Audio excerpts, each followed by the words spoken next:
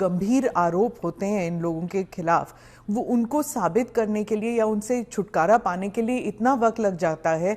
आप जैसे जो डेमोक्रेसीज हैं, बाकी डेमोक्रेसीज हैं, वहां पे क्या होता है कि वो हट जाते हैं और फिर वापस आते हैं। यहाँ पे तो जेल में डाल देते हैं। देखिए, जेल में डालने का जो प्रावधान है वो एनडीए सरकार ने नहीं बनाया है, वो सालों से यहां चल रहा है।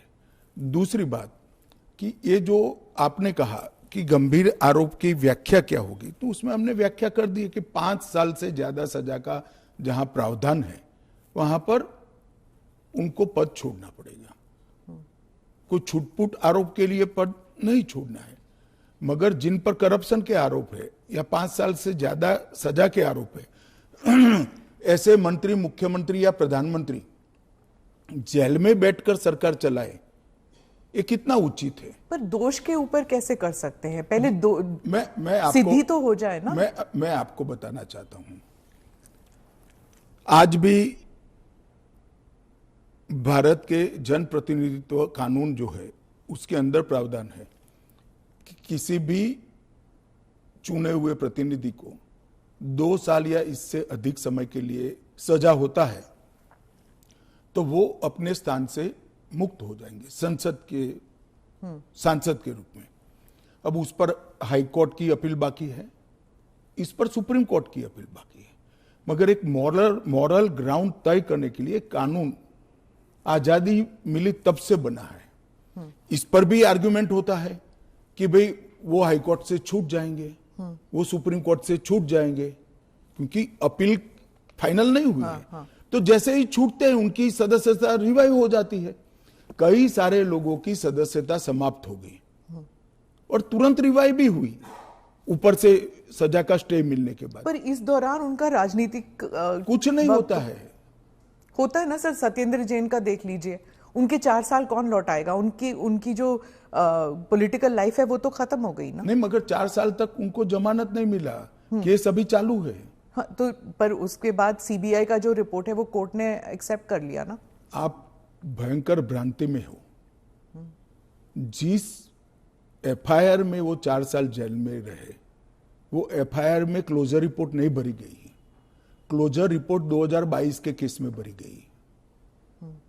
जिन 4 केसों में वो जेल में गए थे और लंबे समय तक रहे, वो 4 केसों में सीबीआई ने चार्जशीट किया है और वो ट्रायल फेस कर रहे हैं। मगर आप पार्टी के प्रोपेगेंडा का आप शिकार हो। सत्येंद्र जैन जी को जिस केसों में लंबा समय जेल में रहना पड़ा, वो सारे के सारे केसों में चार्जशीट हुआ है और वो ट्रायल फेस कर रहे हैं। और अरविंद केजरीवाल जो थे उनका भी ऐसे ही हुआ था, बेल मिला और फिर उसके बाद वो वापस आ गए। क्या यही होने वाला है हर नॉन बीजेपी चीफ मिनिस्टर के साथ? तो आप मुझे एक बात का जवाब दीजिए। नॉन बीजेपी बीजेपी छोड़ दीजिए, दोनों के लिए समान कानून है, परंतु किसी ने भी जेल से सरकार चलानी चाहिए क्या?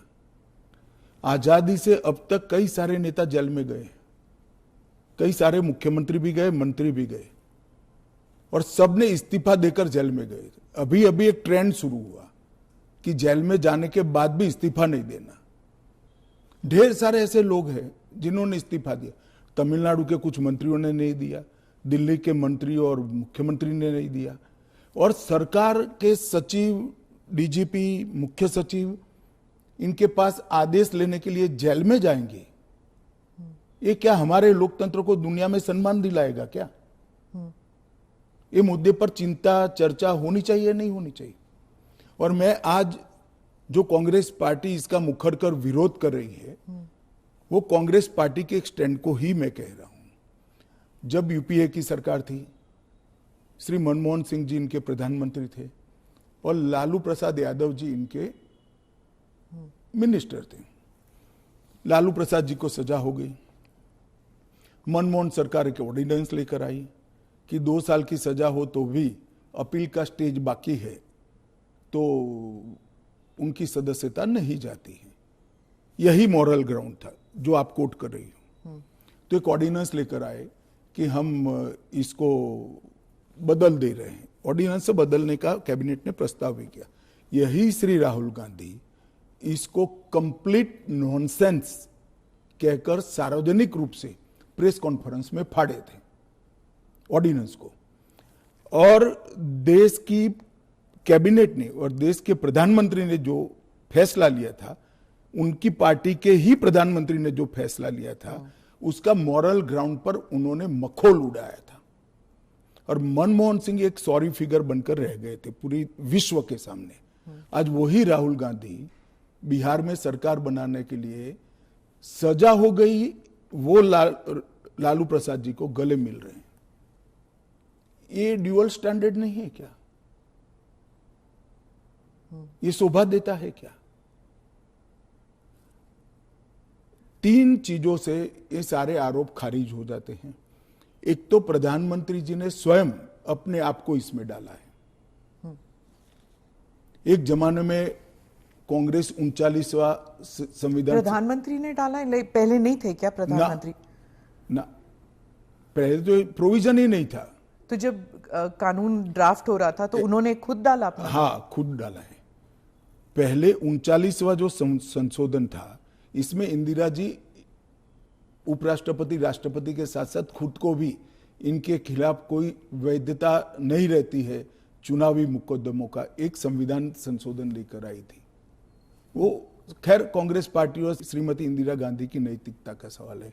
नरेंद्र मोदी जी अपने खिलाफ खुद संविधान संशोधन लेकर आए हैं कि प्रधानमंत्री भी जेल में जाएगा तो उसको इस्तीफा दे देना पड़ेगा। पर इससे एक एक्स्ट्रा जुडिशियल पावर कह लीजिए जो भी एक अधिकारी को नहीं मिल जाता कि प्रधानमंत्री से भी ज्यादा सीनियर हो जाता है वो? जी, आप ऐसे बात करिए जिसमें जैसे इस देश में कोई कोर्ट ही नहीं है।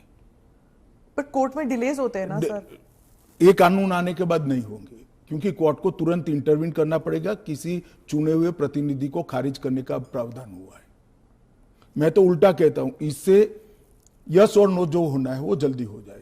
तो प्रेशर कोर्ट्स पे होगा डिक्लेयर करने के लिए? प्रेशर होगा ये कहना ठीक नहीं है। हाँ। मगर हमारी कोर्ट भी, पर उसे सुनिए ना, हमारी कोर्ट भी कानून की गंभीरता को समझती है। जब 30 दिन के बाद पद छोड़ना है तो वो उसके पहले इसका फैसला करेगी कि बेल मिलना चाहिए या नहीं मिलना चाहिए। हाईकोर्ट में जब केस गया कि श्री केजरीवाल जेल में है, तब उनको वहां से इस्तीफा देने चाहिए। पब्लिक इंटरेस्ट लिटिगेशन फाइल हुआ।